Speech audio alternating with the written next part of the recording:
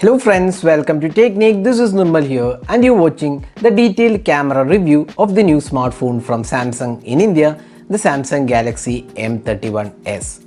The new Galaxy M31s improves on the previous M31 launched earlier this year, and this device comes with a quad camera setup with a 64 megapixel primary camera and also a 32 megapixel selfie camera. So let's dive deep into the camera to see how it performs. So if this is your first time on this channel, do hit that red subscribe button and also hit the bell icon to get notified of all the videos we publish. Coming back to the camera. In terms of the camera hardware, it sports a quad ray camera with 64 megapixel primary sensor with f1.8 aperture and a Sony IMX682 sensor. This is definitely a big upgrade in terms of the sensor.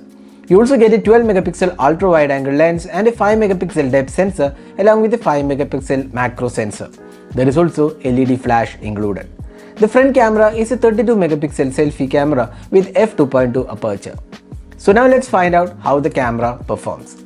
First, let's have a look at the video quality. The phone can shoot videos in 4K at 30 fps. The quality of the video is quite good. The colors are vivid and it offers EIS which is quite stable. One of the inherent problems with Samsung's budget phones is the focus hunting issue in the videos, and this is seen even in the M31's 4K sample. The phone can shoot videos in 1080p resolution at 30 fps and the quality looks quite good again. But here again the focus hunting is more predominant and it makes the overall quality look bad even with good colors and stabilization. The video is pretty sharp and detailed as well. The phone can also shoot ultra wide angle video. Here you can see that the contrast seems to have messed up and the video quality looks average. The colors are good though. It also comes with super stabilization mode, and here again the quality wasn't as good as the regular videos. The phone does not offer 4K and 1080p resolution at 60 fps. The M31s can also record slow motion videos in 720p and the quality is good. There is also super slow motion available on the phone.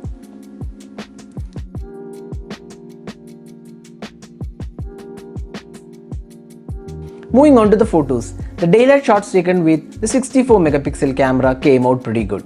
The shift from Samsung sensor to Sony IMX682 is pretty evident with good details, sharp images and colors are also vibrant. The images predominantly have cooler tones which many would like.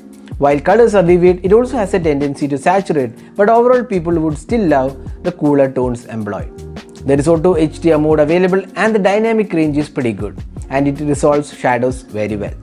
There is definitely an improvement in terms of the camera performance in daylight conditions with a new sensor.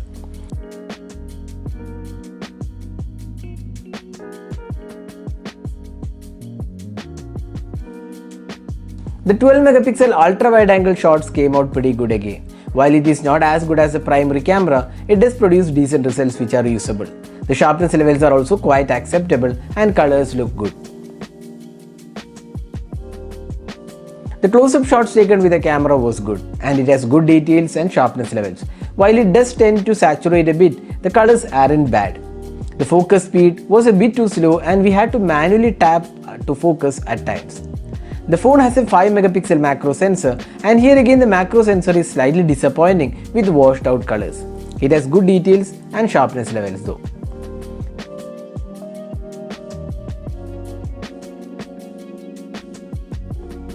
Moving on to the portrait shots, we felt that the portraits are quite good but inconsistent in terms of sharpness.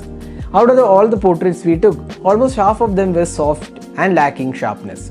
But when it gets it correct, the portraits are good with good edge detection as well. The colors are once again quite okay. Next, moving on to the low light captures, with f1.8 aperture and Sony IMX682 sensor, it is expected to perform well. In indoor lighting conditions, it produces good results with bright images but a bit of noise too. The colors are mostly good and does a good job. But when light drops further and in extreme low light conditions, the images turned out to be noisy and details are lacking. This is where the night mode steps in and produces better results. But in night mode, you need to be extra careful to hold the phone steady, as we ended up with a lot of blurry captures in night mode. Overall, we feel there is room for improvement in the low light conditions, especially when we are talking about a 20k price smartphone with a Sony IMX682 sensor. Moving on to the selfie camera, the 32 megapixel shooter can shoot some good selfies with good details as well. The dynamic range is also very good. The skin tones are again quite good. We turned off the beauty mode since we like selfies without the beauty mode. Since selfies are also more of personal choice, you can judge based on the clarity. The phone also comes with portrait mode, and here again the edge detection is decent, but it did have a few misses.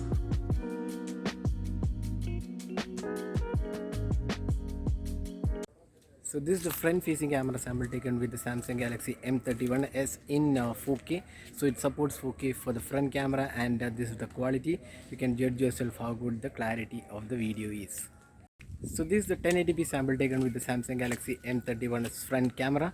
So this is a sample, and you can judge yourself how good the clarity of the video is and also the audio output from the front camera.